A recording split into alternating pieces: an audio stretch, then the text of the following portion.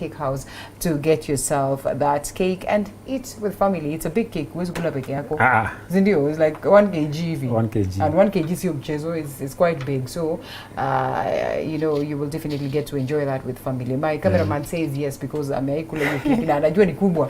Huwezi kula peke yake. Hiyo cake hakuna mkajai kula hapa. Yes, that's a good thing. You know, it's because we all are celebrating us and we appreciate that it is good. Emmanuel says uongo hajawahi kula hiyo keki. Emmanuel is my director. Hajakula keki, hiyo ni choice yake tu. Because the cakes have been around. I mean, how many times has Valentine Cake House come on set? Sindio, so on set. Yeah, anasema, yeah, nafikiria. Listen, unajua ati anasema kama nimeshawahi mpea ticket. Sasa nimpea ticket na ticket ni kutuma message. Ulituma message nikamkataa kumpa. Acha kusaidie na Manu. Unajua leo nimecheza solo from 6 to 7:30. Na hizo ni favorite zake. So bado anabebwa. Anasahau. Hata alituma message aseme nipeeni keki. Amechanganyikiwa. Kuna kitu kama hiyo. Now let's shift gears for a moment and speak to the lady and gentleman that will be joining us. So we take a look at the papers kidogo, tuone magazeti zinasema nini this morning. We also know what has happened, you know, across the different parts of the country. We have seen the UDA nominations, you know, the party primaries ongoing. A lot of, you know, is happening. I mean, lots of controversy, lots of questions, you know, drama, so to speak. You know, registered voters kind of complain that their names are not on the register. We have seen the burning of ballot papers. We have seen some stations not being able to conduct that election. We have seen others as well appreciating the fact that, you know, it has been a smooth process for them. And so we'll be looking at all this and not forgetting the drama that played out in Parliament, as well as, you know, just generally following up on what is here, the changes of prices that is on fuel and these particular special commodities amidst the difficulties that continue to be with us. Now we're talking about people buying fuel at around 144, up by 10 shillings. And so this is a conversation that we really do not run away from. And most of our guests have traveled as well to celebrate with family. And so they will be joining us virtually for this particular conversation.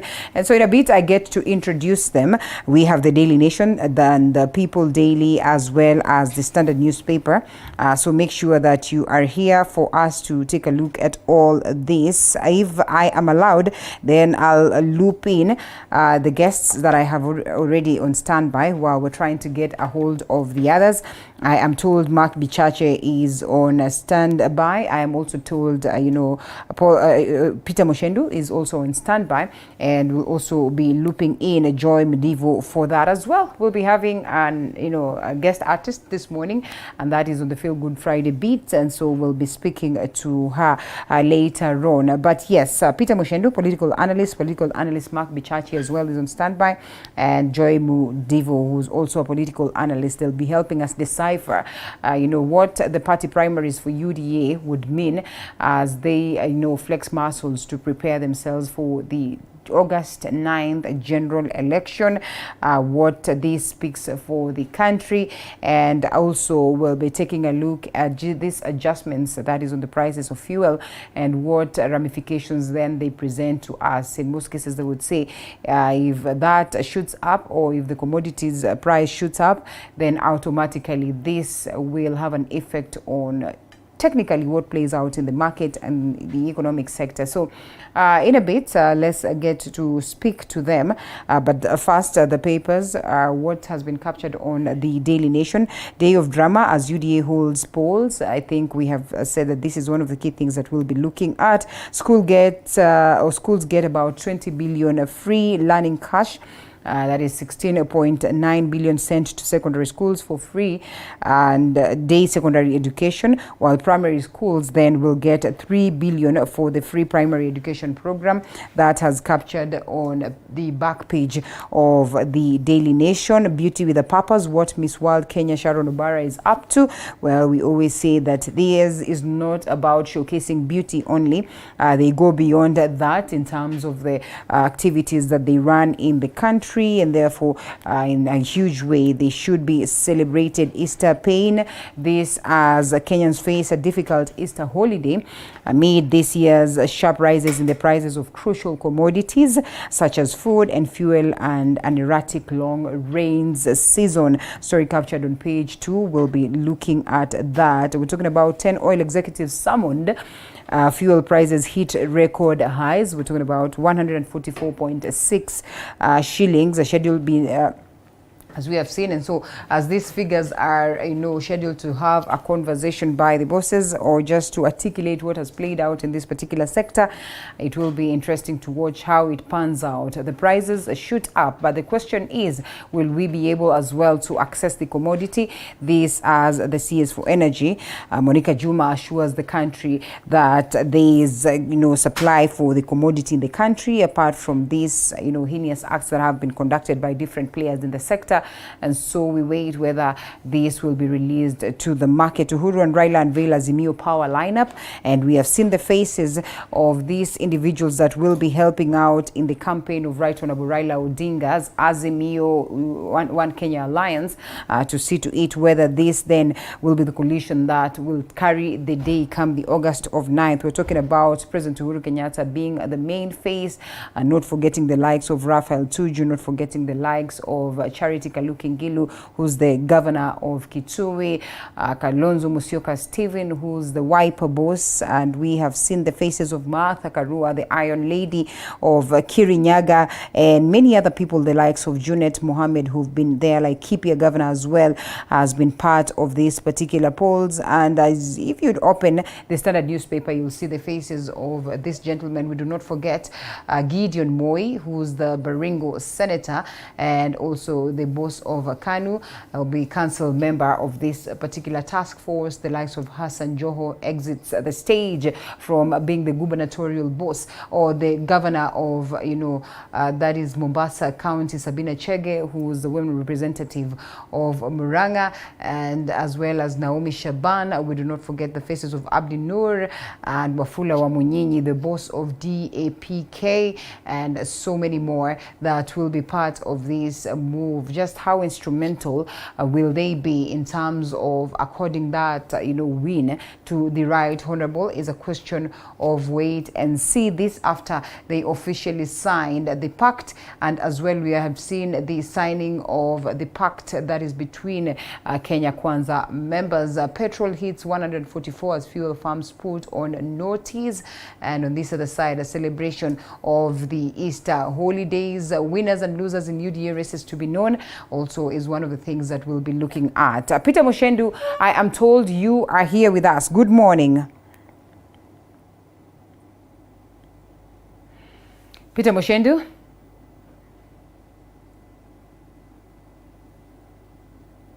All right. Well, as we try and get a hold of him, we also have political analyst Mark Bichachi on standby. Mark, good morning. Good morning. How are you? Can you Mark, hear me? good morning. Good morning. I'm speaking. You're well. I am not able to hear you on this end. If you'd probably raise the volume for me. Okay. Well, much better. Much better. I hope my team can help us, get it clear and better. How have you been? Good, good. How are you? I'm good. It's an honor to have you. You're home celebrating Easter with family? Yes. I am home with family. Yes. All right, karibu sana to the broadcast. This is TV47's Morning Cafe, your first time here, and we are delighted to have you. And we're here trying to just take a look at what is happening in the world of news.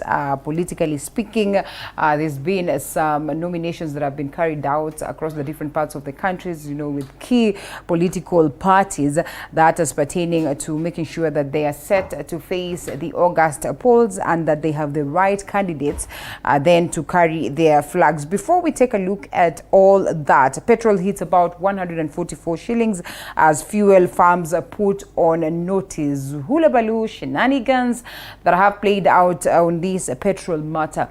Are we almost getting to a close in terms of what it is that has bedeviled us? As the CS for Matters Energy would say, that the commodities available in the market, apart from, you know, some cranky businesses that are being conducted by stakeholders in this game, do you suppose then this is likely to be put to rest in as much as the commodities price shoots up? Well, one of the things that is very clear is Kenya is not facing a fuel shortage in the traditional sense of the term. What is happening in our country is because of the subsidies and delays by government to release these subsidies to the oil marketers. The oil marketers decided to stage almost what we'd call a protest against the government, and then withhold fuel even as they forwarded the same fuel to neighboring countries such as Uganda. Now, of course, this is almost a criminal activity because why would they deny the country an essential resource that is basically not only stifling the country but also stifling the economy of the entire country and grinding down operations? That is a matter in my mind of national security, and yes, these oil marketers need to be taken to task as to how and why they even thought they could do that in a sovereign country such as this. At the same time, the government is doing quite a lot in ensuring, like, for example, on petrol, we've got almost 30 shillings worth of a buffer, because the price would be 170 something. Now they've removed 30 shillings from it. This is, of course, a reprieve to the common mananchi, but we have to ask ourselves, is this sustainable? Is this the way we want to go, or do we want to simply work out a different solution? And that solution is not just tied to Kenya, it's tied to the war in Ukraine. Will that war continue? It is also tied to the issues around how the world is responding to the Ukraine, how now the inflation in the United States and in many other countries has shot through the roof. So we are in a complete cycle of very complex issues, and navigating through them is going to take both time and a lot of wisdom and experience. All right. I'm glad you mentioned something to do with the kind of inflation and the adjustments that are being witnessed across the global fraternity. Pundits argue that, yes, it is obvious, it's almost evident that, with the Russian-Ukrainian war, then we are going to witness a bit of difficulties as pertaining to how then the market will adjust. Some say that we are already, feeling the pain as it stands. Others say that it's not yet here, and that when it comes, it will even be worse. Do you agree with the fact that it's not yet here, and therefore we should brace ourselves for worse? Well, it's a catch-22, isn't it? One, because the thing is, we do not know how this war is going to go, how long it's going to last. So there are two hypotheses. Number one, if it lasts for a very long time, then the effect will be greater. That is one hypothesis. The other one is, if it lasts for a long time, then it will allow the markets to stabilize at both Europe and other parts of Asia, find alternative sources of fuel, and that should lead to a stabilized fuel situation across the world. Now, this totally depends not just on Kenya, it depends on how countries like the United States react. It depends on how countries like the European Union reacts to this. It depends on whether Germany is willing to shift its dependence on Russian gas to different kinds of options. It depends on whether they'll be able to finish the changes they're making to the port. So there's so many things. Yeah. So I think it is too soon for anyone to say that we've reached the crest of this crisis or we're in the plateau of the crisis. I think this is a wait and see game, and we hope that our government and everyone involved is able to make decisions as we go that are good for the country. All right, well, Mark, Asante Sana. So we keep looking at that, and I mean, it's a developing story. As early as this morning, or this morning, just as I was getting to the office, still the queues are on, different petrol stations, or headed to different petrol stations, just so people can be able to get this precious commodity. So as time goes by, reports are that with the adjustments of price upwards, then definitely this again boils down to the cost of the cost of living. It turns out to be higher, and so even without speaking of fuel, I mean the cost of living, Mark Bichachi, is one that many have spoken about. I mean, what does it speak of the current leadership of the ruling party on? I mean, the question then would be of what impact would it be for the interest of President Uhuru Kenyatta, who then endorses the Right Honorable Raila Odinga. We have looked at the team that they have right there at this particular point, when many argue that while he has done something for the country, on equal measures, they feel like, he really has disappointed, or the Jubilee leadership has really disappointed, the country in terms of what we expected. Well, that is a very good question, and it's a good question because economics always affect voting patterns. And the thing is, based on who you ask, economics are usually a feeling. They're really based on a real number. So, for example, if we were to look at our GDP growth, Uhuru Kenyatta has grown our economy from a $44 billion economy to an over 100 trillion US economy. If you want to look at the COVID numbers, Kenya is among the few countries whose economy has grown in the last 2 years of COVID. So in terms of the macroeconomics of our country, if you ask anyone who lives outside Kenya, they are full of praise of our country and how it is doing, etc. But when you ask the people of Kenya and the politicians, most of them would say that the pains that Kenya is going through is solely the responsibility of Uhuru Kenyatta, and they've done so to great effect. In fact, there are lots of times I see a lot of people argue that the economy is in shambles. I happened to have visited Zimbabwe when the economy was in shambles, and Kenya is nothing close to what I saw there. Now, this perception of a struggling economy is definitely going to play a role in the elections, because the deputy president has decided on purpose to position himself as the opposite number to the president. He's decided to say that the president has completely failed, and the president has also decided and said yesterday that he's going to be front and center in the politics of 2022. He will not be intimidated. So yes, the economy is going to play a role, and the people will have to decide whether the many roads that Uhuru Kenyatta has built, the slum upgrading, what NMS has done, the changes to the economy, the SGR, which finally made profit last year, the hospitals that have been built, the number of ICUs that have been increased, whether that is enough to counter the barrage that is coming from his deputy, who is saying basically he's failed, for example, in fuel, and this is going to All right, well, fair enough. Mark Bichachi there, communication strategist as well as political analyst. We have so much more still to take a look at. And on this very note, let's take a quick break, then come back, expound further on some of these stories that have been captured on the papers, and generally, build on them and get to understand what way forward, especially at this point where we're headed to an election.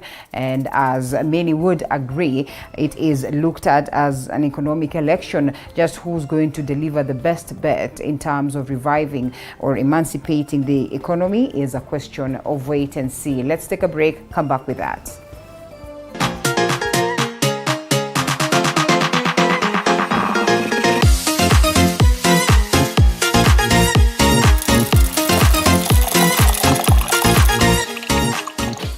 You are watching TV 47, the home of untold stories. You are a registered teacher or instructional leader in either private or public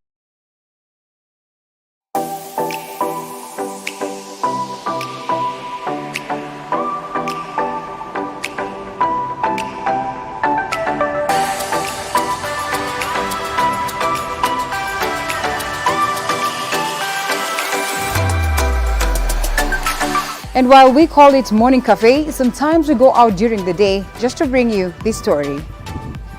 From Mondays to Thursdays, we talk business, politics. There are things that simply require goodwill of the leadership of the person in government. Relationships, fitness, and every Wednesday's food. And of course, you do not forget to join me and Fredia for the Feel Good Friday every Friday from 6 a.m. to 10 a.m. EAT.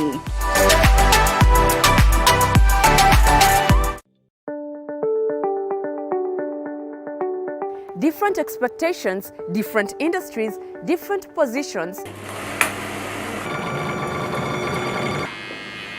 are all bound to have different needs and preferences. While every week we get to engage with different businesses. I trade with hustle, you know, Adnok hustle.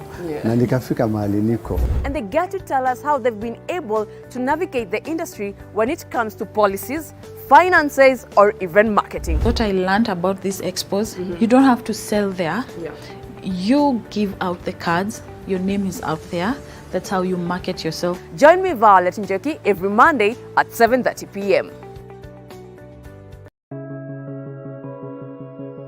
The conversation around diversity often leaves out disability. It is important that we portray the world in all of its authenticity and diversity, and disability is diversity. This is why we tell the stories of people with disability and how they have been able to live with it even as they learn to accept who they are. I accepted my condition when I was very young. TikTok, I have many fans. Most of them, they told me I do motivate them.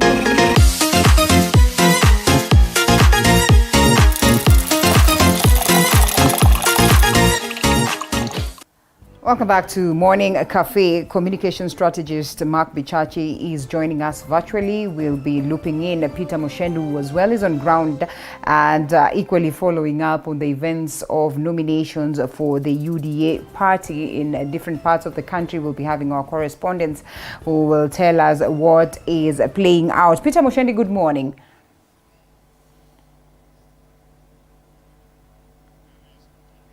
Moshendu, kindly unmute and let's get to hear you. Good morning. Good morning, Linda. How are you? I'm doing fine, thank you.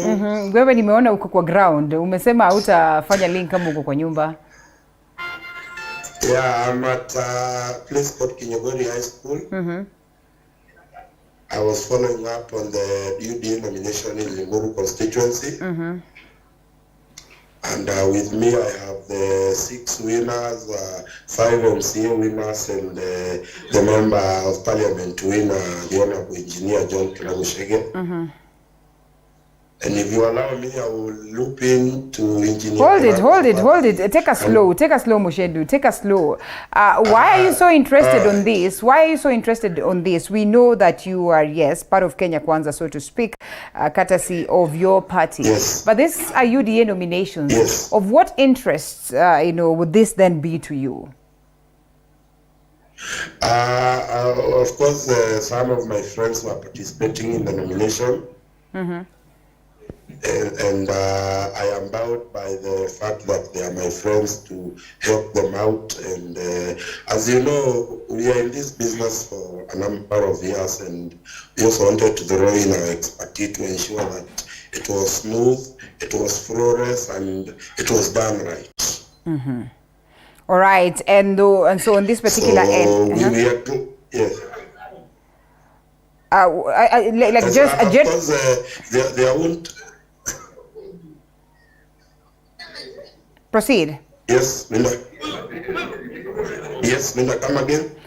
Okay, let me ask this question. How would you rate the procedure so far, or the process so far, as to what played out from yesterday morning up until now?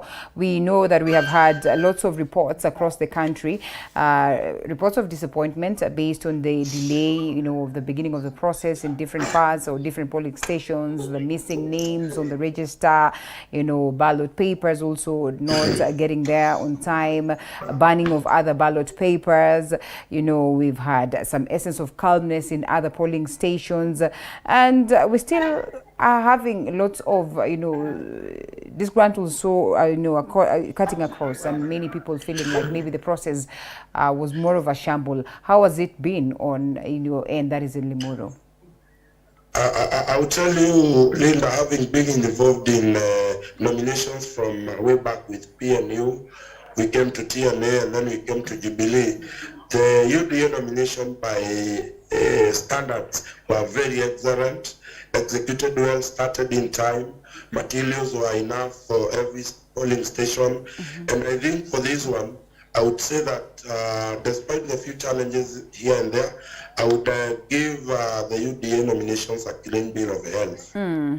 All right. Yes, let's speak to some of the few people that you say you have there briefly before we get the views of Mark as pertaining to the nominations and whether as a country then we have the stamina, the capability to hold, free and fair processes. On to Engineer John Kirago Shege, who has won the UDA nomination. You can speak to him, he can hear you. Good morning. Good morning. How are you, John? Congratulations. Fine. Thank you very much. I'm not said for 2 days. Counted, declared? Yeah. And let me say this, I've been involved in many of these nominations.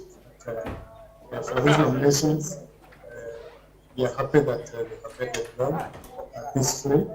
As my colleague has said, we have had a few challenges. As you know, we are using the IBC SIGNET centers around the sub-county. Some of the centers belong to private sector, like the tea estates. Others are within the institutions of religious churches, and we had a few problems with them because some of them did not want to give us access, but we were able to put together some of the polling centers. But on the whole, the exercise was smooth. We brought us people who are professional, and the will of the people was shown. We are happy for what we have seen, and we can't comment much about what we have heard about the other places because we have not had a chance to watch the TV or read the newspaper. But we are hoping that at least at the beginning, and this party has demonstrated here that it is a party that believes in democracy, believes in people, and it has capacity to provide free and fair. All right. Well, good enough. And once again, yes? Peter, let's tell John congratulations. Yes, Linda. And yes, giving it a clean bill of health. What then is the significance of this for UDA party that is down at the mountain? Because then where it is that you are is part and parcel of the mountain. And how then does it reflect to what is possibly, going to happen on the August of 9th? I would want to say that coming from the 2017 general election, the UDA party and William Ruto have redeemed the hope of the people that there can be a free and fair nominations without any hassles. I mean, go to Rift Valley where William Ruto comes from. Big names than the Kositani. Peter, you are speaking of, giving this a clean bill of health. I would want to assume you are focused much on what has played out somewhere around Limuru. Or where it is that you are, because if we are to look at the reports that are hitting the editorial desk, then there's been some, feel of, the fact that this could not have been a free and fair process. In Kirinyaga, for instance, we have seen the likes of Detective Jane Mugo conceding defeat in the race of women representative tickets, and in the likes of Nandi, we have seen Sang taking this. There are a couple of other places where there's been a standoff, like Kipia, for for instance, there was a standoff somewhere in the Gitu Primary School tallying center as a number of polling station results failed to arrive on the final desk. For instance, in Nyeri, we have also seen some bit of, people being disgruntled as to how the processes have been conducted. We still are having instances where the counting continues because of, allegations of malpractice. As of yesterday, the likes of, Pumwani, down up until around 3 p.m. they had not been able to start the process. We have seen people complaining about having not their names or, having not seen their names on the register, and therefore they've been stopped from voting. So, can we quite say that it is a process that was as clean as, would confirm that we are capable of running primaries without, difficulties?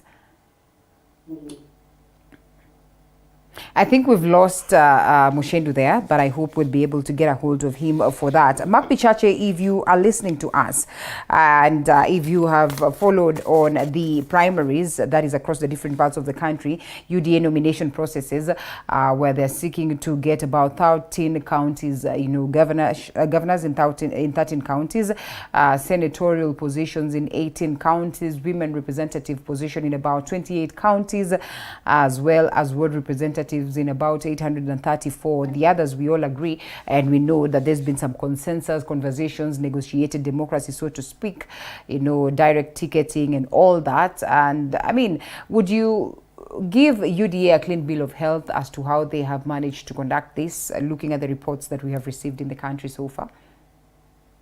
It is impossible for anyone in their right minds to give UDA a clean bill of health on this one, just the same way as it has been in party primaries for many years. Party primaries are notoriously difficult to have.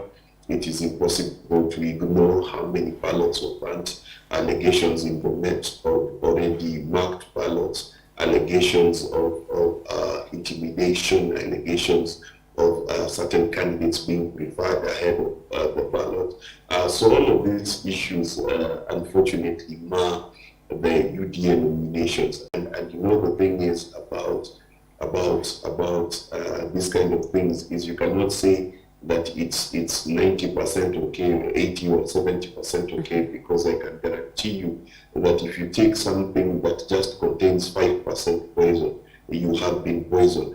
And therefore UDA has a lot to do in terms of restoring its democratic credentials, in terms of restoring the confidence of its own voters. Of course, the supporters of the people who won will be happy, but also the people who've lost and who feel they've lost unfairly will be devastated. And this is something that we expect to be what is how it is. So no, I would not give them a clean bill of health. There's a lot that needs to be done. Of course, we congratulate those who won fairly. We feel sorry for those who lost unfairly.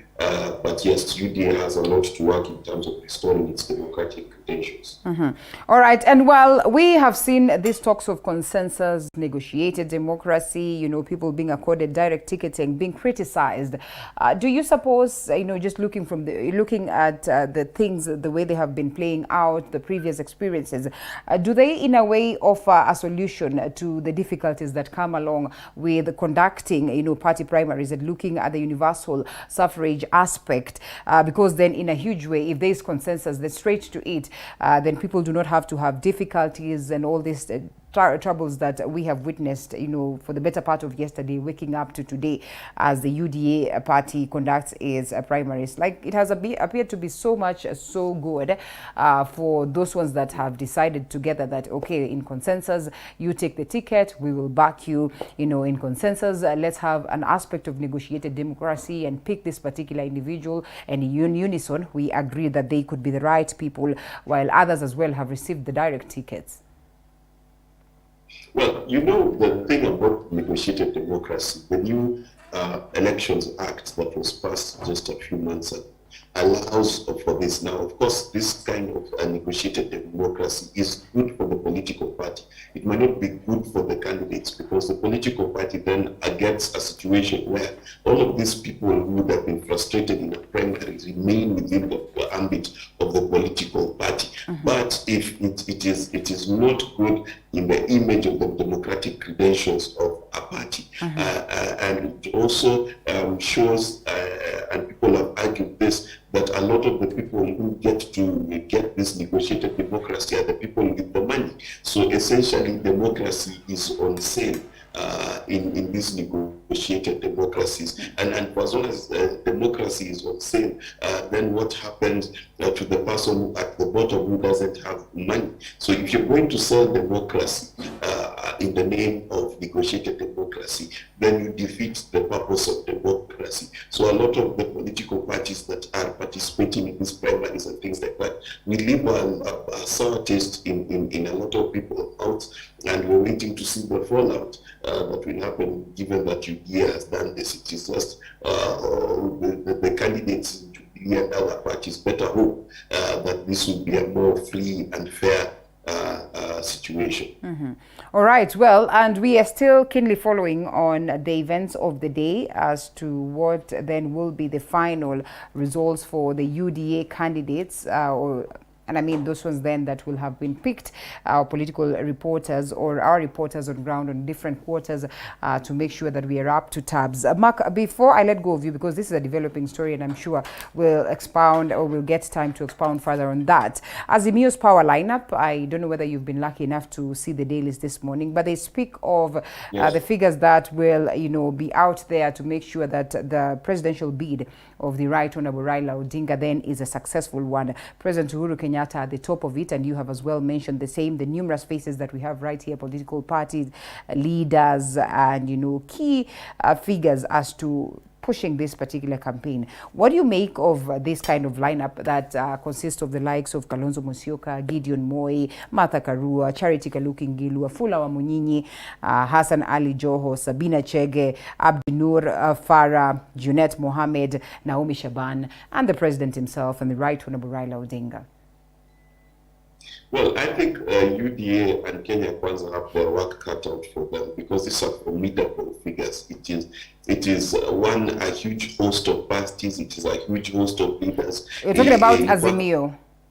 Yes, I'm saying Kenya Kwanza has its work cut out to deal with Azimio. All right, because okay. Azimio, yes, so Azimio has all of these people. It has over 26 parties. It's got all the political heavyweights you can count on, because on the other side you've got only Musalia Mudavadi, you've got maybe Wetangula. The rest are newbies. They're newbies at national elections and national campaigns, and therefore Kenya Kwanza has a lot ground to cover in terms of the perspective of the leadership that is there, the leadership that Kenyans know.